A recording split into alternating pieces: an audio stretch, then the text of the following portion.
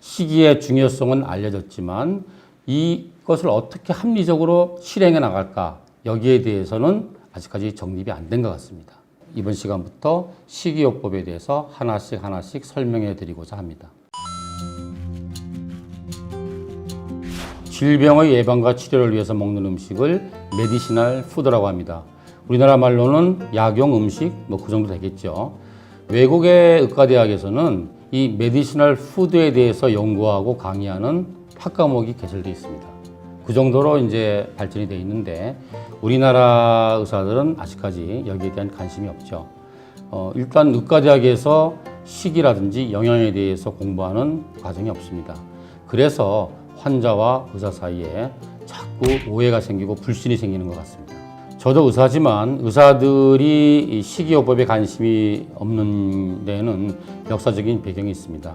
모든 인류의 문명이 마찬가지지만 의학도 독일을 중심으로 한 유럽에서 생겨나서 그것이 미국을 거쳐서 우리나라로 들어온 것이죠.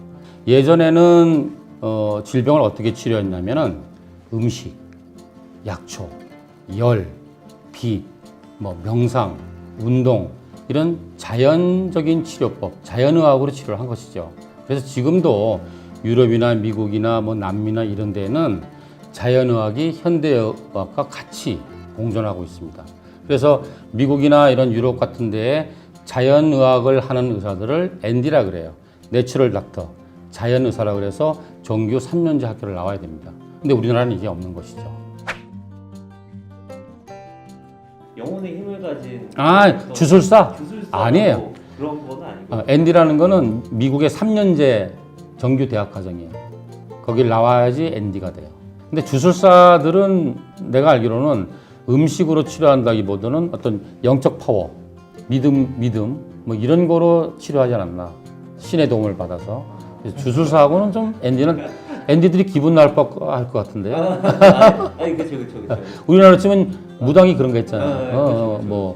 병 고치는 굿도 하고 그건 아닌 것 같습니다. 예.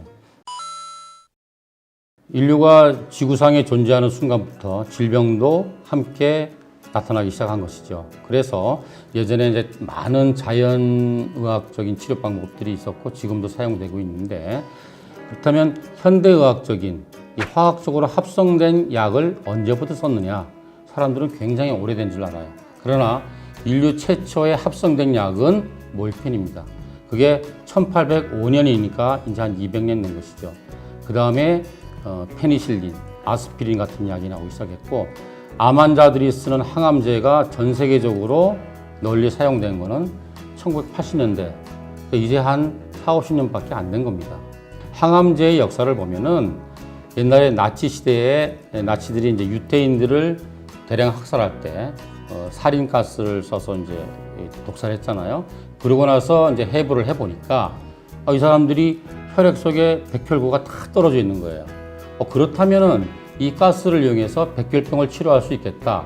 그래서 연구가 시작된 겁니다. 그래서 1960년대에 백혈병을 치료하는 항암제가 처음 나오기 시작했고 그러면서 1970년, 80년을 거치면서 다른 암에 대한 항암제도 하나씩 나타나기 시작한 것이죠. 1980년, 90년대에 항암 치료 엄청나게 많이 했습니다. 그리고 전 인류가 이제 희망이 부풀었죠. 이제 항암제에 의해서 10년 안에 모든 암은 정복될 것이다. 그래서 미국에서 엄청난 돈을 투자해서 인간 유전자 지도를 완성한 겁니다. 그게 게놈 프로젝트잖아요. 21세기 첫날 2000년 1월 1일 클린턴 미국 대통령이 백악관에서 기자회견을 했어요. 위대한 아메리카가 인간의 유전자 지도를 다 해독을 했다. 이제 10년 안에 암을 포함한 모든 난치병을 유전자 치료, 표적 치료제로 치료할 수 있을 것이다 라고 발표했어요.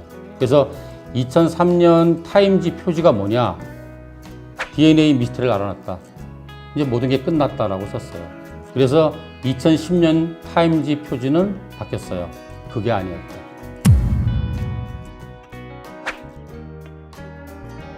그 이후에 지금 각광받는 것이 뭐냐면 에피제네틱스, 다시 말하면 후성 유전학, 즉 제네틱스가 유전이니까 유전자 그 다음 것. 그게 무슨 말이냐면 유전자는 우리가 태어날 때 갖고 태어나요. 엄마 아버지한테 받아가지고 이건 바꿀 수가 없어요. 그죠? 그러면 갖고 태어난 유전자에 의해서 이 사람의 건강과 질병이 결정되느냐? 그렇지 않다는 거죠. 예를 들자면 어떤 사람이 당뇨에 걸릴 수 있는 유전자가 있다. 뭐 유방암에 걸릴 수 있는 유전자가 있다라고 해서 그 사람이 다 당뇨나 유방암이 되지 않습니다. 그 유전자가 병을 발현시킬 수 있는 스위치가 켜져야 돼요. 그렇다면 이 스위치를 끄게 되면은 유전자를 잘못 갖고 태어나도 병이 안 걸리겠죠. 그래서 이 유전자의 스위치를 꺼주는 것이 뭐냐? 이게 바로 슈퍼푸드입니다. 이 슈퍼푸드를 공부하는 것이 메디시널 푸드라는 학문인 것이죠. 이제 우리나라는 이제 어떻게 보면 의료 수요자인 환자나 일반인들이 여기에 관심이 있는 거예요. 막 공부도 하고 찾아보고 이렇게 하고 이에 의해서 일부 관심 있는 저 같은 의사들이 이걸 체계화 시켜가고 있는 과정이다. 이렇게 말씀드릴 수 있습니다.